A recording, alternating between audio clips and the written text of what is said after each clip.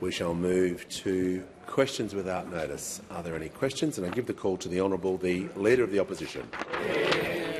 Thank you, Mr Speaker. My question is to the Minister for Aged Care. In the Senate, the Coalition just dragged Labor kicking and screaming into delivering all 83,000 home care package places that were promised, including 40,000 this year. Labor didn't want this, but the Coalition made it happen.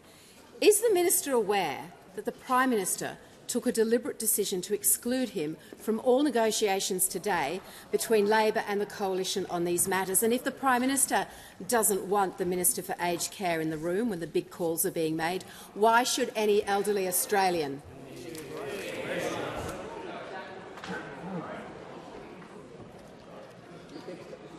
Order. We'll hear from the Minister for Aged Care and the Minister for Seniors. Thank you, Mr Speaker. Our government is proud to be delivering our once-in-a-generation reforms to the aged care sector that will see more Australians get better care faster than ever before. Now, the House has heard remarkably considerable debate on this topic this week, and Minister Butler and I announced a short time ago that the government has reached an agreement to pass the aged care bill currently before the Senate. This is a fantastic outcome for older Australians and their families, who have the certainty that more care is on the way. It's a fantastic outcome for the aged care providers, who will deliver more care than ever before.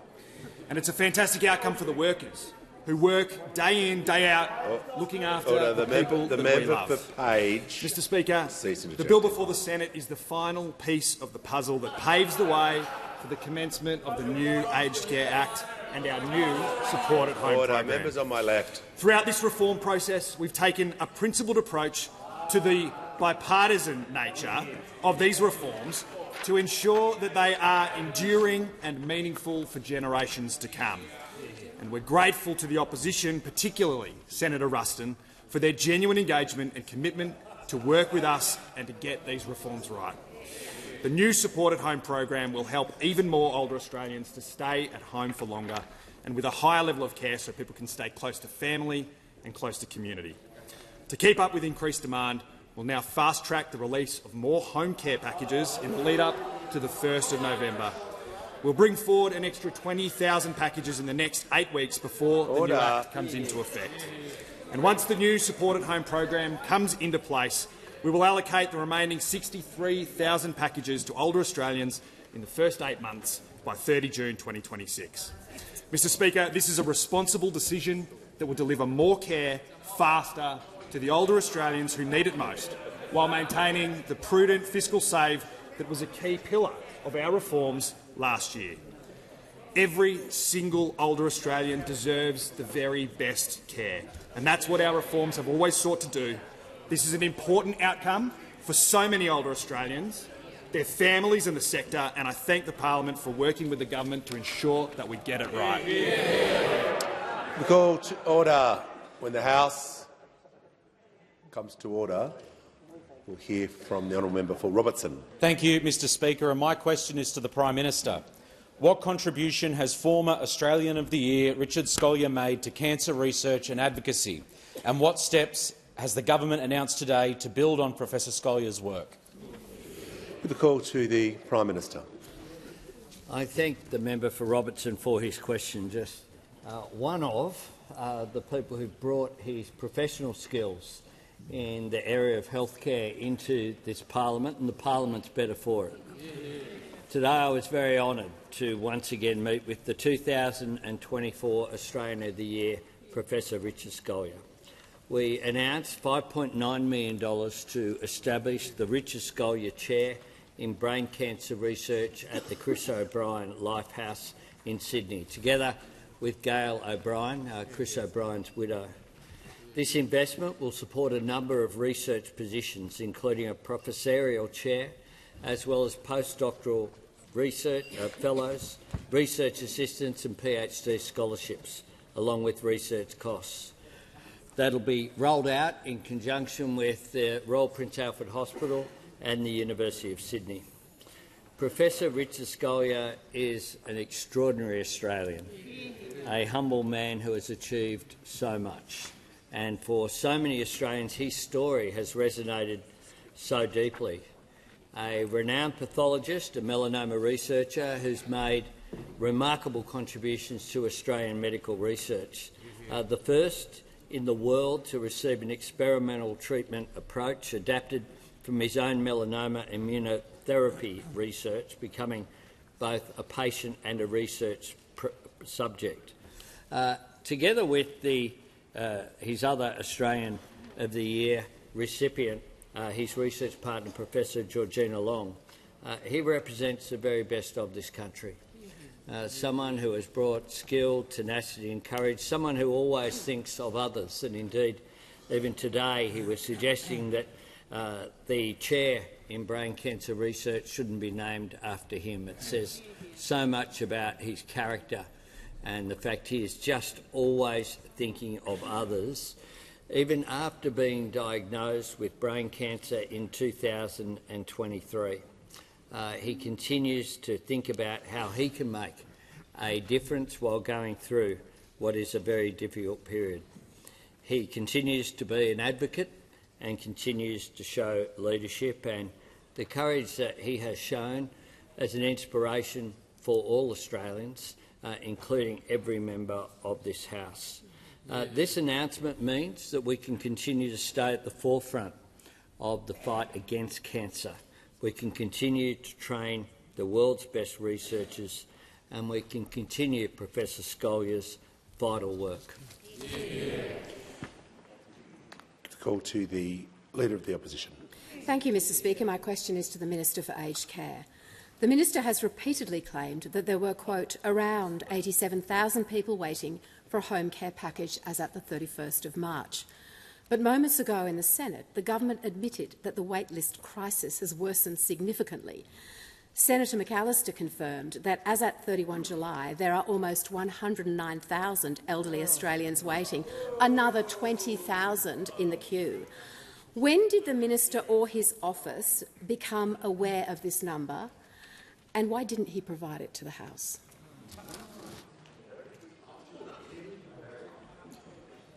Call to the Minister for Aged Care and the Minister for Seniors. Thank you, Mr Speaker. There is an established process for verifying and releasing data as it pertains to the National Priority System waitlist. At the end of March, around 87,000 people were on the National Priority System waitlist, and we're releasing more than 2,000 home care packages every week up to this point to deal with that question. There is, as I said, a process of verification because the government does not want to release incorrect information when it comes to the National Priority System. It's a long-standing process that was the same as was managed under the previous government, and I again refer the Leader of the Opposition to the numbers that I have given repeatedly throughout this. The Minister's concluded his answer. Well, the Minister's concluded his answer, so I'll take the point of order. Practice makes clear that if a minister is aware of an incorrection on an answer, they come forward. The Minister for Housing did that yesterday on an answer. The minister has not corrected his answer and he's been given an earliest opportunity to do so. Why hasn't he corrected his answer? Well, that's not a point of order. That's if you wish to raise that there are other forms of the House to do that. That's order. Order. That's fine. Well, order. When the House comes to order, we'll hear from the member for Gorton. Thank you, Mr Speaker. My question is to the Minister for Health. What action is the Albanese Labor government taking to improve the health of Australian women? Why is this such an important priority for the government?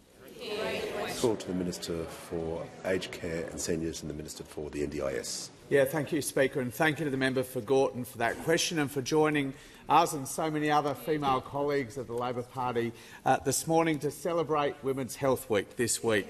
Also to join Assistant Minister White, who has responsibility for delivering the government's women's health agenda, Assistant Minister Carney, who crafted that agenda, and to the wonderful Robin Smith, a terrific advocate, powerful advocate for better women's health, who told her powerful story of going through menopause early in life after removing her ovaries and fallopian tubes to protect against a very high risk that she has of inherited cancer. A group of women, Mr Speaker, channeling the voices of literally millions of Australians women who remind us that you cannot be serious about strengthening Medicare without being serious about strengthening women's health, because women consume about 60% of health services in this country, Mr Speaker, often not because they're sick, but just because they are women, managing their own and, by extension, their families' reproductive health and planning, or because they're going through menopause and perimenopause. And the truth is, Mr Speaker, for decades, Australia's women had not been getting the support that they deserved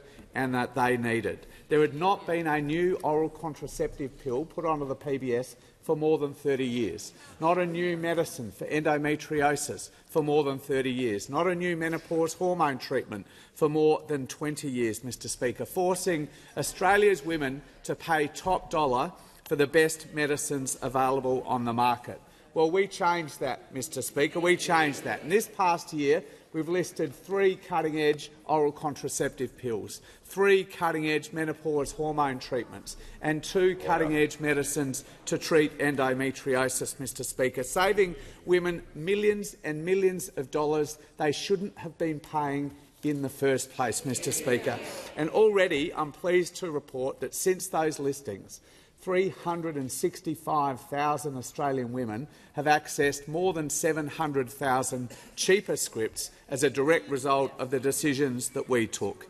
And on the 1st of July, Mr Speaker, as part of our package, we also introduced a new, longer, much better funded GP consult service to support women going through menopause and perimenopause, to ensure that women at that point in their life got the best possible information, advice and support, which frankly had not been happening enough in years gone by. And already I'm really pleased to report that in just 9 weeks, more than 20,000 Australian women have taken up that new opportunity, Mr Speaker. There are many more measures to take effect from our women's health package later this year, but already our determination to strengthen women's health is making a real difference. Yeah. Before I call the honourable member for Wentworth, I'll just do a quick couple of acknowledgements. I'm pleased to inform the House that present at the gallery are members of the Afghanistan women's cricket team who are here today for World Vision Australia's 1,000 Voices for 1,000 Girls campaign. Also representatives of Suicide Prevention Australia, who are here for the World Suicide Prevention Day on September 10. The mayors of Fremantle, Councillor Hannah Fitzharding in the electorate of Fremantle, and Mr Matt Nikula, the Shire President of Exmouth, and Natalie Moya from Kalbarri in the mighty electorate of Durack.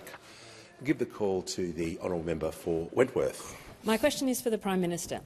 The Attorney-General has asked us to be open-minded to the government's proposed freedom of information reforms as a step towards greater transparency. I might be more trusting if the government showed greater commitment to other transparency measures. Publishing ministerial diaries and disclosing sponsored parliamentary Orange Pass holders, as the crossbench has repeatedly urged, would demonstrate real commitment to transparency. When will the government commit to these reforms? Give the call to the Prime Minister. I thank the member for Wentworth for her question and for her engagement on this issue, including yesterday, I think it was, when we had a meeting with other members about these issues. I say, with regard to other reforms coming on top of our creation of a National Anti-Corruption Commission and other reforms that we have already introduced, today the Attorney-General has announced consultation on stage 2 of public sector whistleblower reforms. That will be important going forward. As I indicated, that would come forward. Freedom of information is a vital part of our democracy, but right now the FOI system is broken. The current framework is stuck in the 1980s, and this was before new technology was there, before email, before smartphones, and we need to keep up with that. Last year, public servants spent more than 1 million hours processing FOIs, not doing policy, not helping people out there with their issues, but going through FOIs. Members on my left. Members on my left are going to cease. The member for Latrobe, I was just asking the House. That is not an appropriate way to use when I am addressing the House. You'll leave the chamber under 94A. Order. People are going to interject. Trust me, when I'm addressing the House is not the time to do it. The member was given the courtesy of silence for her question. The same courtesy is going to be given to the Prime Minister, who is updating the House, which I think everyone wants to hear the answer. The Prime Minister has the call. There are real issues with the current system. One is the anonymous nature of requests, FOI applications. Anyone can set up a Gmail address. It could be someone backed by a foreign government seeking interference, and we do not know. Just last week we expelled the Iranian ambassador, and certainly the Jewish community, including the Jewish Board of Deputies, have made representations about some of the FOI applications that go to security, for example, around Jewish synagogues, Jewish schools and other areas as well. The anonymous nature of applications coming forward is an issue, as is, of course, application fees. Every state and territory other than the ACT has an initial FOI application fee. Order. When this information is being provided to members, this is not an opportunity just to continue to keep conversations going across the chamber. So I'm just going to give everyone one more chance, and if it continues, people are just going to leave. The Prime Minister has the call. The opposition knows that charges are already part of the FOI system, but under the proposals which we're putting forward, there won't be any application fee for people's own personal information, and waivers will be provided for financial hardship. In addition to that, we'll make sure as well that issues such as the eSafety Commissioner, who, for example, in 2023-24 saw a more than 2,000% increase in FOI requests compared to the previous year. Artificial intelligence means that it is possible for someone who wants to disrupt an agency completely and bring it to a halt is able to do so. Governments have to respond to changes of technology. That is what we are doing.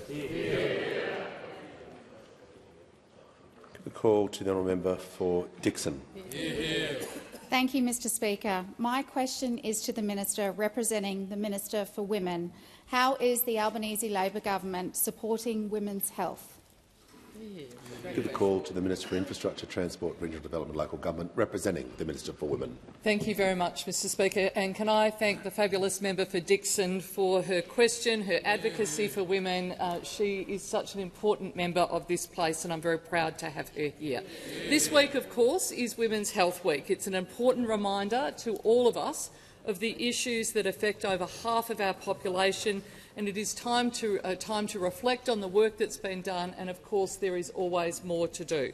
This government is a government that backs women, whether it is in our workplaces, in our communities and of course in our healthcare system, and I want to recognise the work of Assistant Minister White and of course Assistant Minister Kenny, who before her worked on this package. It's why we've delivered the most significant investment in women's health in decades. We know that women deserve access to the health care that they need. Through strengthening Medicare, delivering cheaper medicines, this investment means more choice, lower costs and better health care for women across the country at all stages of their life. We committed over $790 million for a women's health package. Prescriptions for oral contraceptives has been part of that package, and they are, of course, making a real difference across our community. Since the 1st of May, as the Minister said, we've seen over 365,000 patients access more than 715 prescriptions for oral contraceptives, menopause hormone therapies and endometriosis treatments. That is a huge number of patients accessing those treatments. We've listed new contraceptives on the PBS for the first time in 30 years, making it cheaper and much easier for women to actually access long-lasting contraceptive. Before the listings of Yaza, Yasmin and Slinda on the PBS, women were paying around $380 a year for their contraception. They are now paying half that and, of course, much less, around $30.80 if they're a concession card holder. Before the listings of Estrogel, Prometrium and Estrogel Pro on the PBS, women might have paid again up to $670 a year. Now they're paying only $31.60 a script. Again, a really enormous cost of living relief for women and to access health care. We know that already more than 20,000 women have taken up the new perimenopausal and menopause health assessments since they were subsidised just on the 1st of July. The opening of the 22 endometriosis clinics, pelvic pain clinics, with 11 more to come, and expanding all 33 clinics has been, again, an enormous benefit to women across the country. And, of course, from the 1st of January, seeing every prescription listed on the PBS costing no more than $25, all targeted at helping and supporting women's health. We've listened to women's health needs, and now we're getting on with the job of actually delivering. Call to the Honourable the Leader of the Opposition. Thank you, Mr Speaker. My question is to the Prime Minister. I refer to reports in The Australian that government officials are helping to bring ISIS terrorist brides to Australia. Prime Minister, these are not ordinary citizens. They chose to align with a barbaric death cult that glorified mass murder, sold women and girls into slavery and cheered the slaughter of innocents. What actions has your government taken to guarantee the safety of Australians if these people return? Call to the Prime Minister. Those reports are not accurate. Give a call to the member for McNamara. Very much, Speaker. My question is to the Minister for Education. What is the Albanese Labor government doing to train more nurses and doctors to strengthen Medicare for decades to come? Give a call to the Minister for Education. Thanks very much, Mr Speaker, and can I thank my friend the member for McNamara for his question. Mr Speaker, he is magnificent, that's a good point. Magnificent member for McNamara for his question. Mr Speaker, we need more nurses and we need more midwives too. These are people who've signed up to do some of the most important jobs in this country. People who will look after us when we're sick, help women during childbirth. And a big part of their university degree is practical training, and it can sometimes be very difficult. I'll just give you one example. For a lot of nursing students, they often work while they're studying part-time at a local hospital as an assistant in nursing. And when they do their prac, it's often at the same hospital, and they have to give up their paid part-time job to do it. And so that can cause financial difficulties. It can mean that sometimes they don't have the money they need to pay for parking, to pay for public transport or to pay for petrol. The good news, Mr Speaker, is that paid prac has now started. We promised it and we're delivering it. It's real cost of living help, real practical help for the practical part of the university degree, for nursing students, midwifery students, for teaching students and social work students as well. It started on the 1st of July, and I can advise the House that already more than 30,000 people have applied to get it. Mr Speaker, we need more nurses, but as the member for McNamara asked, we need more doctors too. And in the election, we promised to set up a new medical school at Queensland University of Technology. We promised it, and we're delivering it. I can advise the House that it will start training doctors from 2027. We also promised to deliver end-to-end medical training in Launceston at the University of Tasmania, so medical students can complete their whole degree in Launceston. We promised it, and we're delivering it. It will start from next year, 2026. We also promised to set up a new medical school at Charles Darwin University in the Northern Territory. We promised it, and we're delivering it. It'll start from next year too. And we also promised in the election to roll out 100 extra medical Commonwealth-supported places next year. Universities will be able to bid for these extra places, and applications for them opened last week. The focus here is on training more GPs. It's all part of strengthening Medicare. It's part of the biggest investment in Medicare ever to make it easier to see a doctor for free. We promised to train more doctors to do it, and we are delivering it. Call to the honourable member for Canning. Thank you, Mr Speaker. My question is to the Prime Minister, and I refer to the aforementioned reports in The Australian and your previous answer. Is the Prime Minister aware of any info that suggests ISIS brides are seeking to return to Australia, and is your government making preparations to receive them? The call to the Prime Minister. I refer to my previous answer. The call to the honourable member for McEwen. My question is to the Attorney-General. What is the Albanese Labor government doing to improve efficiency, effectiveness of integrity and transparency frameworks? The call to the Attorney-General. Thank you, Mr Speaker, and I thank the member for his question. Today, the Albanese government has introduced new legislation to reform the Freedom of Information Act 1982. Freedom of information is a vital feature of our democracy. It provides transparency and accountability of government and enables Australians to access their personal information. However, it is absolutely the case, as the Prime Minister has said, that the Freedom of Information Act remains stuck in the 1980s, well before the widespread use of email or more recent advances in artificial intelligence. And you will not find a stakeholder who says the system works well, so clearly reform is needed. That is why the legislation introduced today seeks to ban anonymous requests, stop abuses of the framework by vexatious and frivolous requests, make the law clearer when it comes to cabinet and deliberative material exemptions, and establish procedures for the handling of records of former ministers. Mr Speaker, let me give you an example of why the current system is broken. In one instance, a small agency received nearly 600 FOI requests in a short period of time from an automated generator. This resulted in the diversion of an entire public service team from their work for more than 3 months. Now, Mr Speaker, you may ask who that agency is. That agency was eSafety, whose core mission is to keep Australian children safe online. Hard-working taxpayers who already fund over 1 million hours a year on FOI processing would expect eSafety to be focused on their task of protecting children rather than processing a mountain of frivolous FOI requests from online trolls.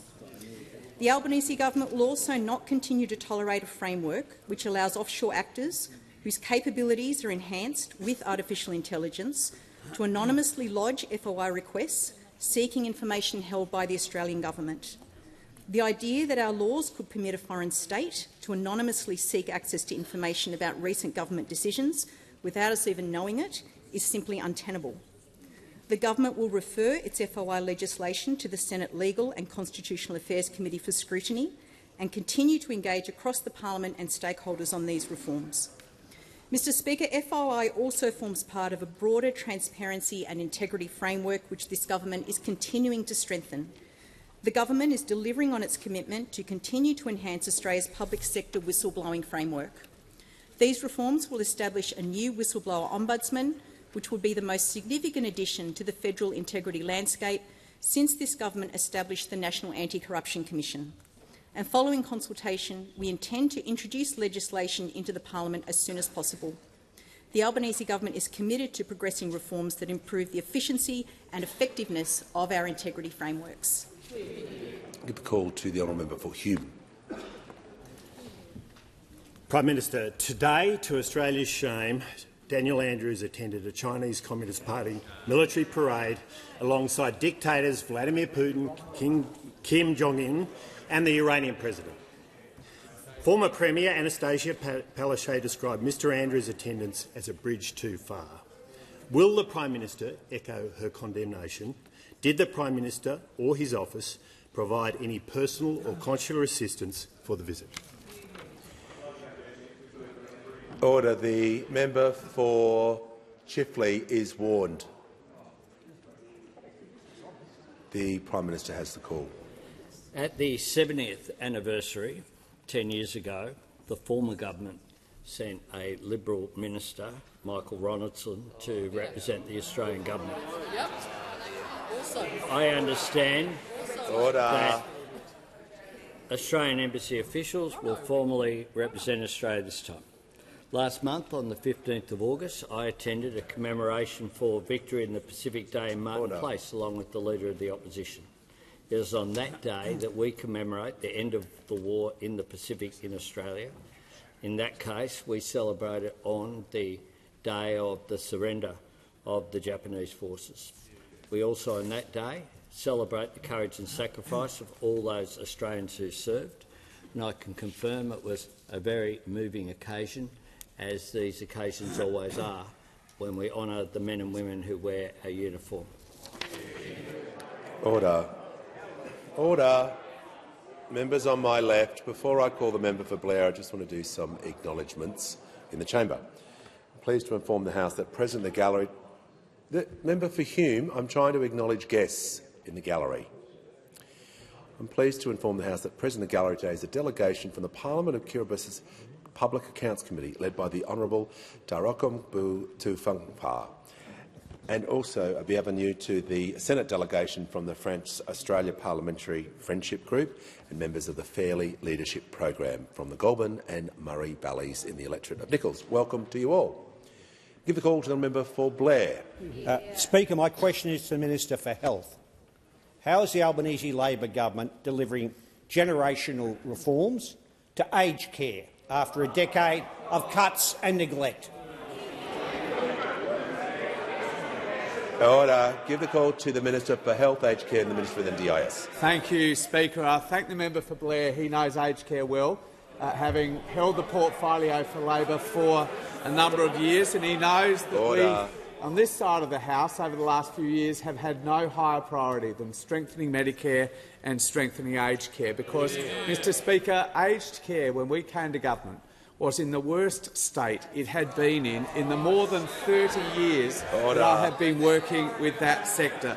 Tragically summed up by the Royal Commission in one word, their title to their interim report, which was neglect. And we were utterly determined to turn that around. Mr Speaker, I don't think there was a single policy area where we made decisions to invest more money in the last term than in aged care, to deliver RN 24/7, registered nurses on shift all the time. They said it couldn't be done, and we've delivered it, Mr Speaker, to deliver more care minutes to every aged care resident, to deliver better wages to aged care workers, to allow providers to recruit and retain the workers we need, to provide better food in aged care facilities, and, Mr Speaker, to provide more home care packages. In the 23 budget we did it, in the 24 budget we did it, in the 24 MyEFO we did it. Thousands more home care packages, as well as the 83,000 new supported home care packages, which I think I said yesterday were in the 25 budget, but they're actually even earlier in the 2024 MyEFO to be rolled out over the course of 25-26. The pace of reform has been unprecedented, Mr Speaker, and the need for it has been acute. Order, because those opposite did worse than nothing. Just get a pause. I can't hear the minister because the member for Lyne is continually interjecting. So, no more interjections from the member for Lyne, because I want to hear what the minister is saying. Because those opposite, Mr Speaker, did worse than nothing. In 2012, we set up a rolling process of reforms that I agreed with Mr Dutton that would get this sector ready for the ageing of the baby boomer generation, a rolling series of reforms that was derailed in the middle of the last decade. And I wonder, Mr Speaker, who the minister was when that was all derailed. I wonder who the minister was. I wonder who the minister was who failed to deliver the mid-decade reform that was set out in that 2012 piece of legislation that I agreed with Mr Dutton. Member I for wonder Fisher. who the minister was who in her entire tenure did not deliver a single additional home care package, a big, fat donut. I wonder who the minister was who cut aged care funding to the residential sector, not once, but twice in a relatively short tenure as aged care minister.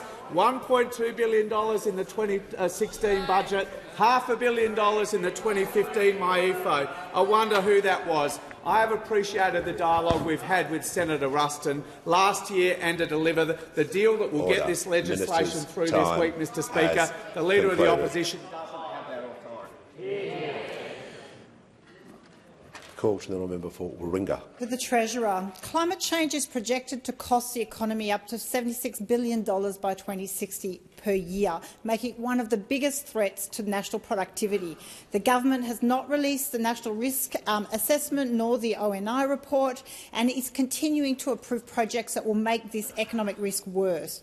You did not have adaptation or resilience at the table when it came to the Economic Reform Roundtable. What can you tell the Australian people of the financial exposure to climate risk to the economy? Call to the Treasurer. Thank you, Mr Speaker, and thank you to the member for Warringah for her important question. The exposure is substantial, and that's why it was part of the discussions at the Economic Reform Roundtable. It's why we had the Conservation Foundation there. It's why we had Ken Henry there for that and other reasons. It's front of mind for the government. I've been working very closely with the Minister for Climate Change and Energy on the risk and adaptation part of our climate change agenda. You're right to point out that it has very close alignment with all of our broader economic considerations as well. I spend a lot of time with the Minister on this question. He has said publicly, I believe, that we'll be releasing the risk and adaptation work this month, September of 2025. And when that happens, I'll be part of that because we work very closely together on it. And when we release that important work, I welcome the contribution from the member for Warringah. These are important issues and they do have a lot of economic consequences attached to them. Call to the member for Bullwinkle. Thank you, Speaker. My question is also to the Treasurer. What do today's national accounts tell us about our economy? Give the call to the Treasurer.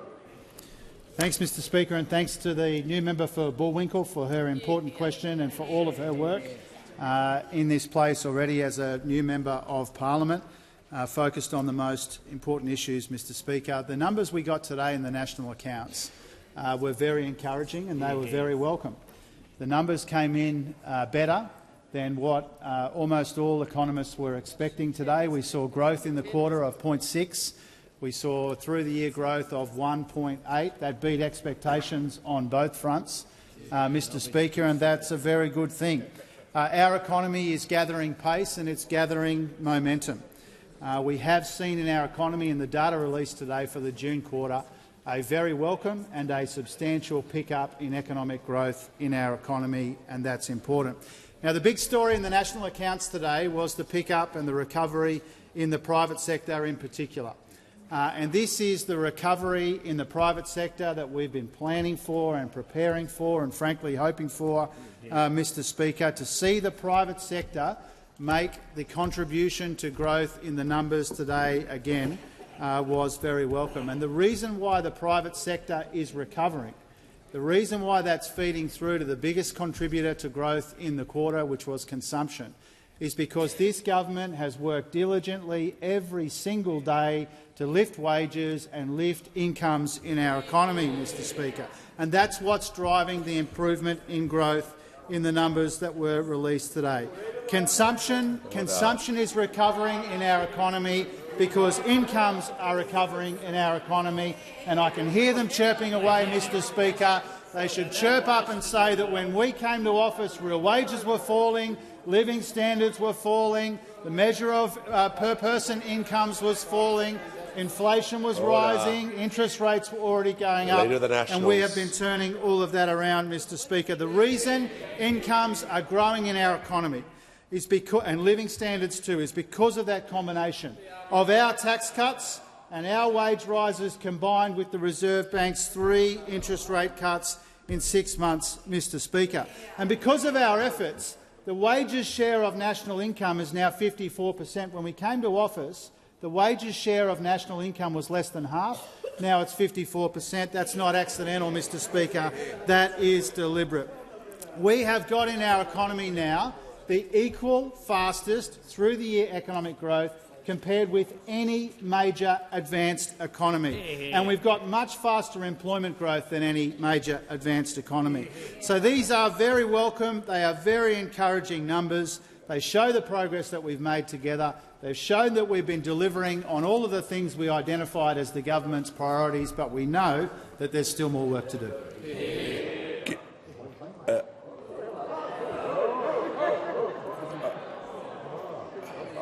I'll give the call to the member for Hume. My question is to the Prime Minister. Will the Prime Minister condemn his close personal friend, Daniel Andrews, attending the Chinese Communist Party military parade alongside the presidents of Russia, North Korea and Iran? The Prime Minister's got to be asked questions that he's directly responsible for.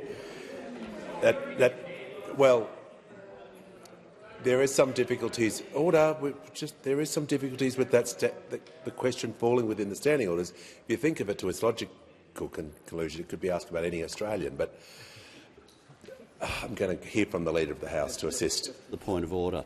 The fundamental rule for questions is they have to be something that the Prime Minister is officially connected with. By definition and the way that was framed, he said it's not. If we could have the question to— all right, I'll hear from the Manager of Opposition Business. Well, the point of order is the Prime Minister is officially connected with Australia. He is the Prime Minister. Yeah, that's an official connection. It's official connection.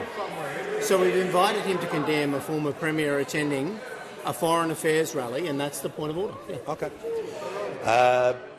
The Prime Minister looks like he's indicating that he's okay to answer the question, but I was going to ask him to rephrase, but just a bit of a learned lesson for everyone. If we make it directly responsible for someone's responsibilities, just to help the House. But the Prime Minister has the call. I think that point of order said it all about the question, Mr Speaker.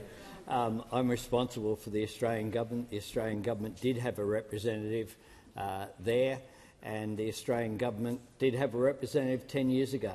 That was a minister in the government. Our government chose that that would not be the case. Call to the honourable member for Deakin. Thank you, Speaker. My question is to the Minister for Employment and Workplace Relations.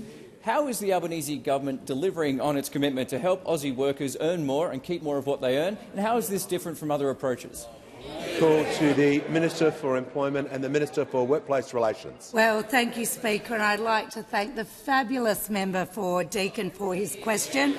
It was wonderful recently to visit with him essential workers in Eastland, where we got to hear about how important the government's policies are to them.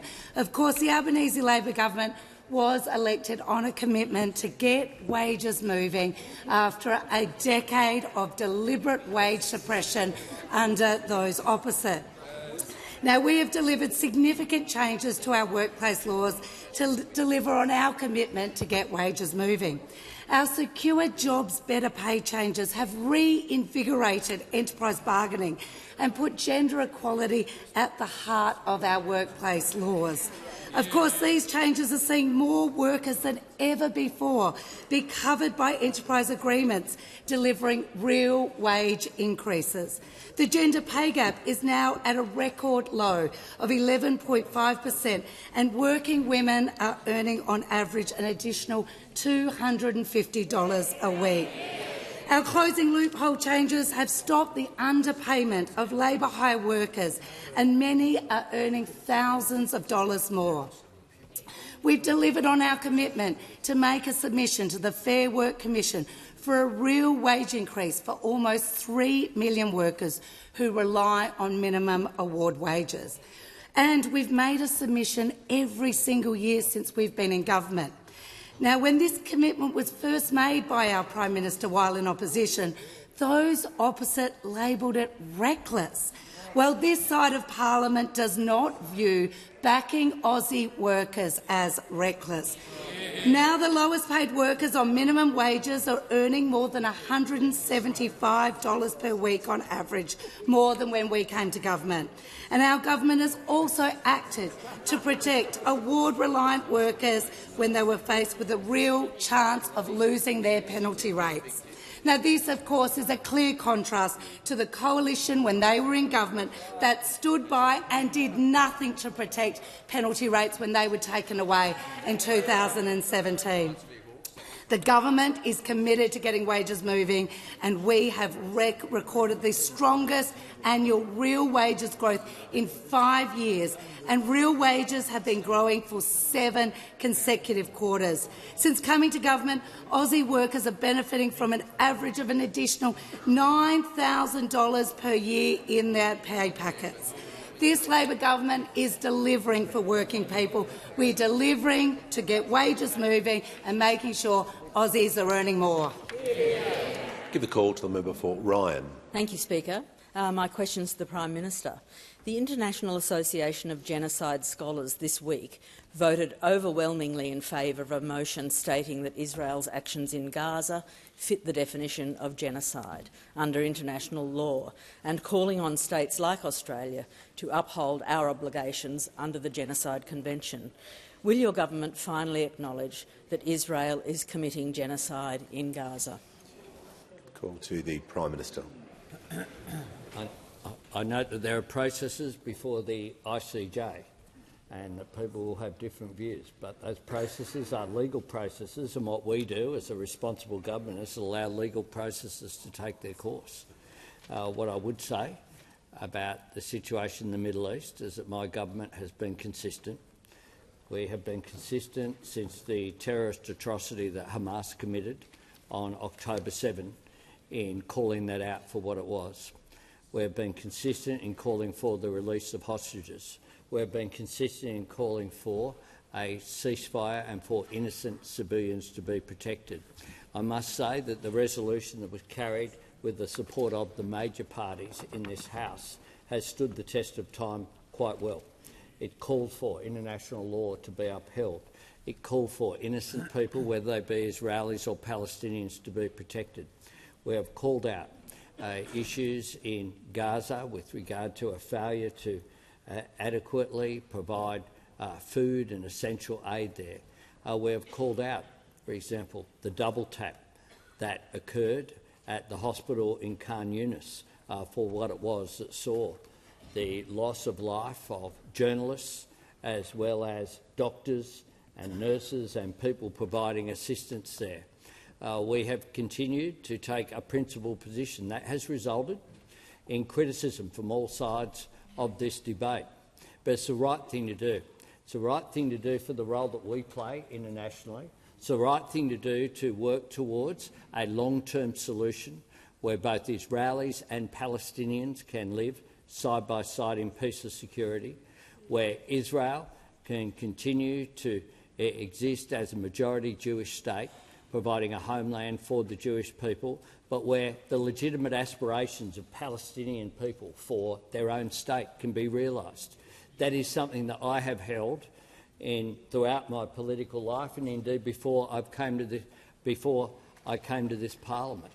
And that is something that our government will continue to do. We'll continue to be a strong advocate, regardless of criticism that is thrown at us, regardless of the misinformation which is put out there. For example, we do not fund or provide arms to the State of Israel. We are not a participant in this conflict. What Australians want to see is two things. They want to see the killing stop. They want to see, whether they be Israelis or Palestinians, and the second thing that they want is for conflict to not be brought here. Call to the honourable member for Brudden. My question is to the Minister for Climate Change and Energy. What progress is the Albanese Labor government making on clean energy, and what are the risks? Call to the Minister for Climate Change and Energy. Well, thank you, Mr Speaker. I thank everyone's favourite member for Brudden for the question, Mr Speaker, and I thank her for her leadership in Tasmania. And yesterday the Prime Minister and I told the House that 44,000 Australians had installed a home battery under the Cheaper Home Battery Scheme. Today I can tell the House 46,052. A big lift, a big jump today. 46,052 families have introduced cheaper home batteries to their households. And just as the nation is getting on with the job of batteries, we are getting on with the job of the battery of the nation. And the battery of the nation is the state of Tasmania, Mr Speaker. And I'm pleased to announce and tell the House that today the Albanese government, the Allen government, and the Rockcliffe government have reached financial close on the Marinus Link. Now, the Marinus Link has been talked about for decades, and this government is delivering the Marinus Link. And I want to thank Ministers D'Ambrosio and Daigan, the two state ministers who worked with me to make this a reality. This link will unlock billions of dollars of investment in Tasmania and will create enough renewable energy to power 750,000 homes right across Australia, creating jobs for Tasmanians in particular. So that's a good thing.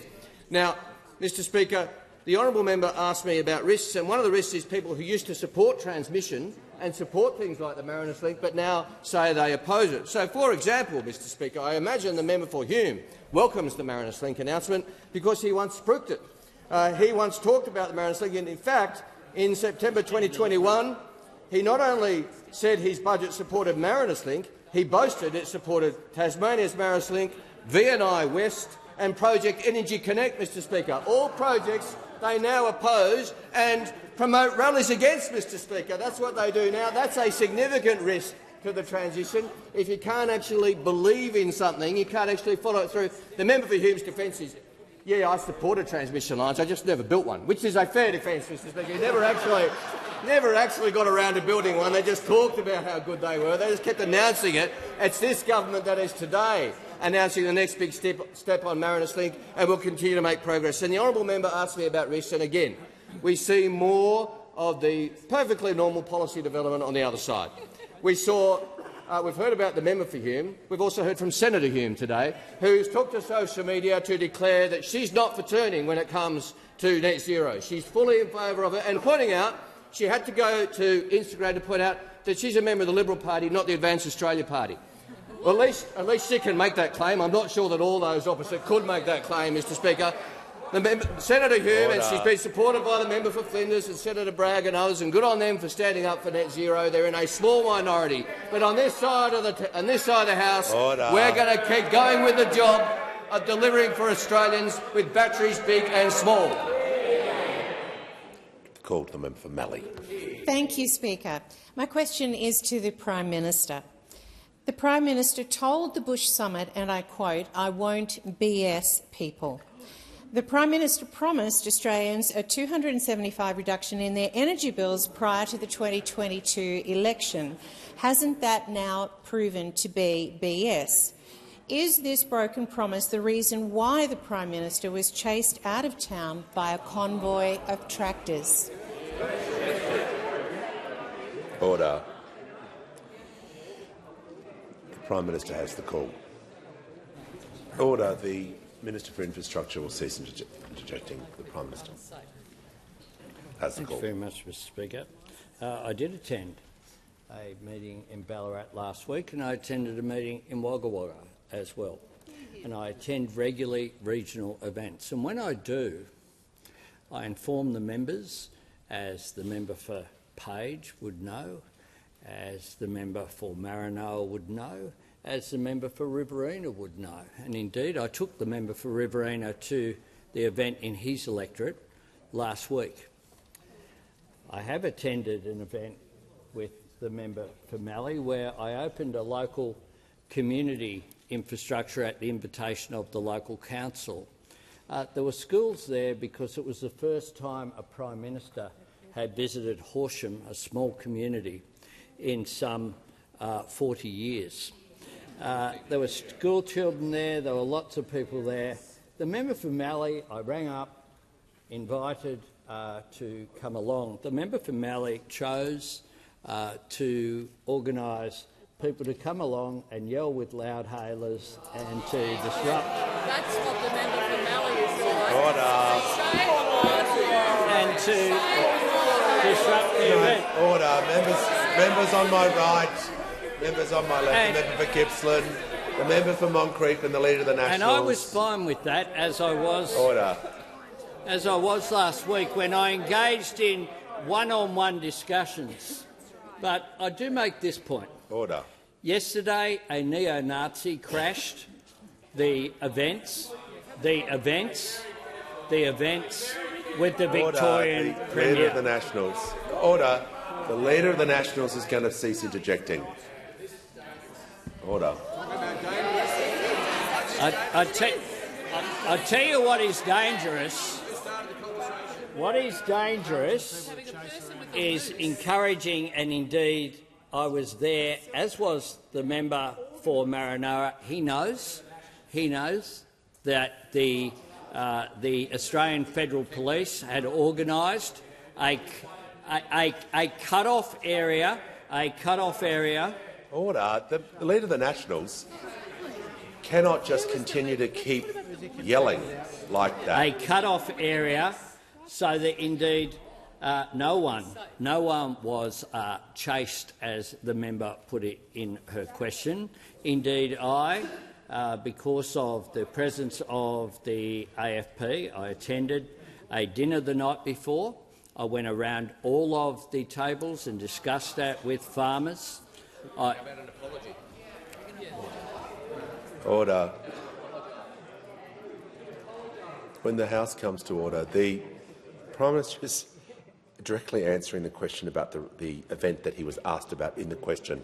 It's impossible to raise a point of order on relevance. So, Member for Mallee, when the Prime Minister is answering the question exactly that you've been asked about the rally that he attended and what he said and what he did, I'm going to ask you to reconsider if it's not on a point of order on relevance, because it can't be, for the reasons I've just outlined. I think everyone can see that. So, the member for Mallee. Thank you. It is on relevance. No, resume your seat. Resume your seat. Resume your seat. No. Order. No, we're going to deal with this. Speakers in the past, and I'm happy to go through that with any member who requests, have denied points of order. I'm willing to give people a fair go, but if you've asked about a question and he's answering it directly, or any minister, when people go off topic, I understand, but not when he's giving specific answers. That's just ridiculous. The Prime Minister has the call. Yes, Mr. Speaker. I'll tell you what is dangerous. It's the encouragement of an event where someone stands on a chair in the second row with a noose around their neck at a time when people taking their own life is a really serious issue. All I would say is this. I'm always prepared to front up. I front up in seats right across this parliament. I front up outside my electorate office, which the demonstration's a lot more willing than what was there in Ballarat the other day, let me tell you. I front up when coffins are brought to the front of my office with my name on it, and front up and address those people, and I address them respectfully. But I say this, Mr. Speaker, to the parliament: you need to be responsible. Order. Give the call to the member for Macon. Thank you, Mr. Speaker, and my question is to the Minister for Defence Industry. How is the Albanese Labor government growing Australia's defence industrial base, supporting jobs and building a future made in Australia? Why is this important after a wasted decade? Give the call to the Minister for Defence Industry and the Minister for Pacific Island Affairs. I thank the member for his question. Mr. Speaker, Australia faces the most challenging strategic environment since 1945. And that's why the Albanese Labor government is investing record amounts in the Australian defence industry to keep Australians safe and deliver a future made in Australia. And I'm delighted to inform the House that, according to the latest statistics, the industry grew by 12.5% and jobs grew in that sector by almost 10%. And this investment is guided by the lessons from recent conflicts, including that we don't just need the right equipment, we need the ability to make this equipment in Australia. And, Mr. Speaker, there's no better example of this than the Albanese government's $10 billion plan for drone and counter-drone technologies. Last month I announced our plan to acquire $1.3 billion worth of drone defences for the Australian Defence Force. Importantly, this will involve many innovative Australian companies, like Acacia Systems in Adelaide, which I recently visited. Their homegrown technology will be the brains of the ADF drone defence. Speaker, we're also designing and making drones in Australia. Take a look at Ghost Shark, delivered on budget and ahead of schedule. Or Ghost Bat, the first aircraft to be designed and made in Australia in over 50 years. So, Speaker, we're growing capabilities for the ADF, we're growing jobs and we're growing sovereignty and self-reliance for Australia. Our record stands in stark contrast to the Coalition's wasted decade where they failed to support our local industry. Under them, they cancelled the only armed drone project and delivered 0 drone defences for this country. Under us, we're delivering both armed drones and drone defences for the ADF.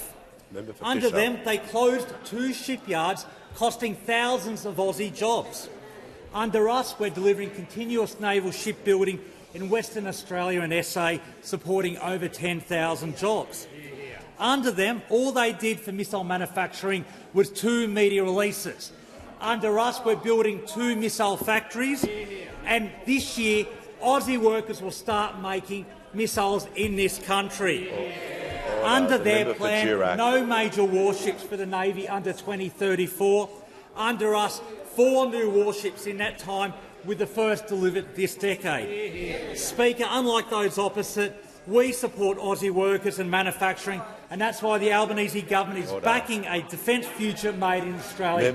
In contrast, as question time again demonstrated, those on the opposite side can't be trusted on defence, can't be trusted on national security, and always go the low road. Give the call to the honourable member for Kooyong. Thank you, Speaker. My question is to the Minister for Climate Change and Energy. The government is currently undertaking a gas market review with the premise that we need new gas production for our domestic needs. However, only 16% of Australian LNG was sold to the domestic market last year. The rest was exported. More than enough gas for our domestic needs is sold daily on the spot market and exported. Why is the government supporting more gas projects when we have more than enough already? And when will you intervene to protect our access to our own gas resources? Put the call to the Minister for Climate Change and Energy. Well, thank you very much, Mr Speaker. I thank the honourable member for the question. And the Minister for Resources and I are conducting a review into our gas policy settings, as is very necessary, because we believe that Australian industry, Australian heavy industry, and those Australian homes that use gas to heat their homes and the gas-fired power peaking stations that we have in the grid do require access to Australian gas at reasonable prices. And that's why we're undertaking that review in a careful, methodical way. We aren't doing as those opposite did and make a policy which was clearly said by the industry in hours wouldn't work. We're undertaking a very heavy consultation process. We've received many submissions already, which we're working through. The fundamental principle I don't accept as a premise to our review, other than the fundamental principle is that we do have a plentiful supply of gas in Australia, and we need to ensure that supply is available for Australian uses. And we will continue to make the point that gas is necessary to underpin our transition to renewables. It's a very flexible type of fuel. Gas-fired power stations can be turned on and off at very short notice, unlike coal and unlike nuclear. Heavy industry does rely on gas, and those 5 million Australian homes rely on gas. And for that purpose, we are undertaking the review. We have 3 policy mechanisms that are reaching the end of their scheduled life. It's appropriate that there be a full and comprehensive and methodical review, and that's exactly what the Minister for Resources and I are doing. Give the call to the honourable member for Richmond. Thank you, Mr Speaker. My question is to the Minister for Housing, Homelessness and Cities. How is the Albanese Labor government delivering new social and affordable homes for Australians in need? Is the minister aware of any obstacles? Give the call to the Minister for Housing, the Minister for Homelessness and the Minister for Cities. Thank you so much, Speaker, and I want to thank the member for her question. She represents an absolutely beautiful part of our great country, and it is a part of our nation which has some really specific housing challenges. And it's in part because of her really powerful advocacy that we have in Canberra today, an Australian government which has the boldest and most ambitious housing agenda that a Commonwealth government has had since the post-war period. Now, Speaker, this is bringing really meaningful change to the member for Richmond's constituents. Speaker, about 500 of the people that she represents have got the keys to their first home because of the Albanese government's backing. Speaker, there are 14,000 recipients of Commonwealth rent assistance in her community who are getting a 50%, almost a 50% increase on that payment because of our government. Now, Speaker, we absolutely recognise that housing is a life-defining challenge for many people around our country. We hear it from an entire younger generation who tell us in absolutely clear terms of the anger that they feel that they experience completely different housing opportunities than their parents and grandparents. And we hear it from parents too. They talk to us about the deep worry that they have that the younger people in their life are not going to have, they feel, the same financial future and security that they had. And of course, Speaker, we see it in all of our communities with that rising homeless population that is so distressing. Now, Speaker, our government has a $43 billion agenda which is targeting at addressing some of these issues. And under this Prime Minister and this government, we're building more homes, we're getting renters a better deal, and we are getting more Australians into home ownership. Now, a really important part of the work that we're doing, Speaker, is our efforts to build 55,000 desperately needed social and affordable homes right around our country. And our government, we are all about delivery, delivery, delivery. So, Speaker, I want to let the parliament know that of those 50,000 new social and affordable homes, we've ticked over 5,000 of those homes already complete, many with tenants already in them, and we've got 25,000 of these homes in planning or construction today.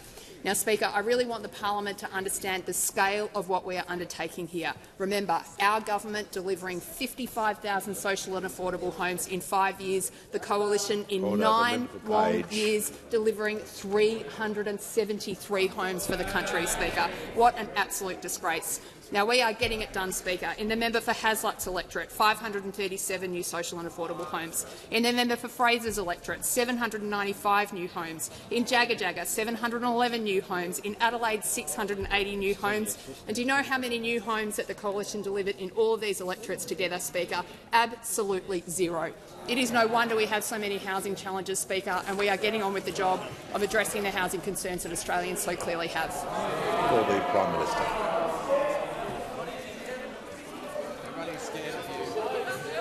Order. Prime Minister has the call. Get a go in the first dozen.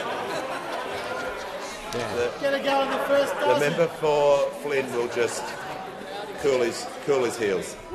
I say to the member for Flynn, see if he can get in the first 24, and we'll tomorrow, and we'll give you a crack. But on that basis, I ask that further questions be placed on notice paper. The member for Mallee has indicated she is seeking a personal explanation. Does the member claim to be misrepresented? Yes, I do claim to be misrepresented, most grievously. The Prime Minister, in answering my question today, stated that I had organised a protest in Horsham. That is untrue. I merely stood with my community. He also— Order. The member is entitled to be heard in silence. Order. Members on my right are going to cease interjecting so the member for Mallee can proceed. He also inferred that I had organised the protest that took place in Ballarat on Friday last week and stood with the woman or encouraged the woman to stand on the chair with a noose around her neck. That is absolutely untrue. That imputation is grievously offensive. We shall move to papers. I just present the Auditor-General's Performance Audit Report No. 2 of 2025-26 entitled Effectiveness of the NDIS Quality and Safeguards Commission, Regulatory Functions, NDIS Quality and Safeguards Commission, and the Leader of the House with papers. Speaker, these documents are tabled in accordance with the list circulated to the honourable members earlier today. Full details of the documents will be recorded in the votes of proceedings. Members can take their seats as quickly and as quietly as possible.